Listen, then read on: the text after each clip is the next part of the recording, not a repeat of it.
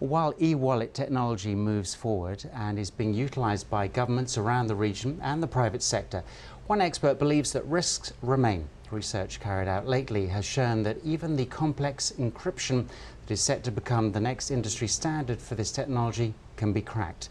Nicolai is Director of Technology Services at Help AG. He's an expert in this sector. Nicolai, thanks for joining us this evening. You're very welcome. So, what are the biggest threats to e-wallets and sort of mobile payment systems? Well, one of the main things we need to understand is that when we talk about e-wallets or swipe-based technologies, you do not anymore hand over a physical form of payment. So, as we were used to handing over our credit cards, we're no longer doing that. We're just swiping our credit card or swiping our phone over a reader, and that does mean that there's no kind of control in handing over the actual payment form.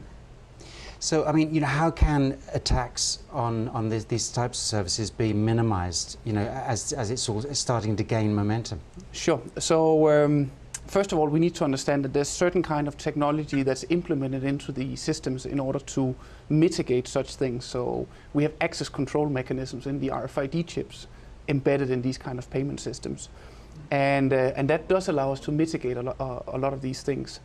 But still, as we do not hand over a specific payment form, the concern could be that the security that we embed into the systems today might not be enough for the attacks that we might see in the future.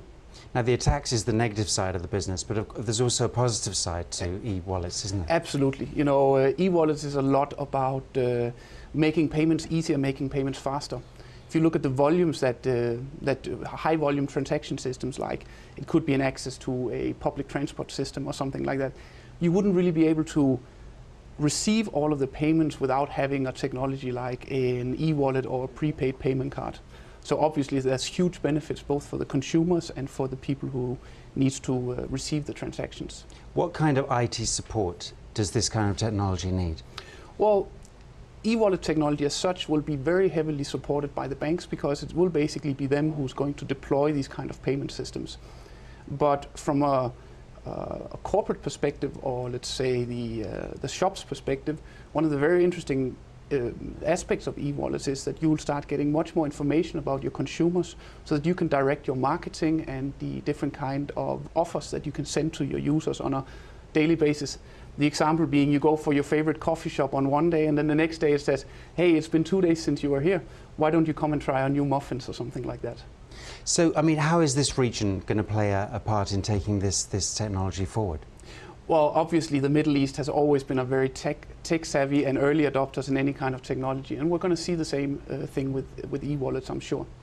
And what about minimizing and protecting businesses that do invest in this kind of technology?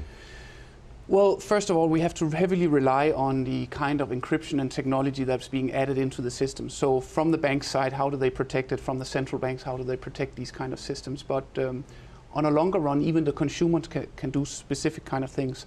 So think about, how do you store your credit cards with the RFID technology in it? Which kind of applications do you install on your smartphone when you have your e-wallet system installed on the same phone? Hereby, basically protecting your own identity, which are key concepts in this whole kind of protection. Well, we're watching this sector very closely. I hope to have you back on again at some point. Thanks a lot, Nicolai. You're very welcome. Thank you.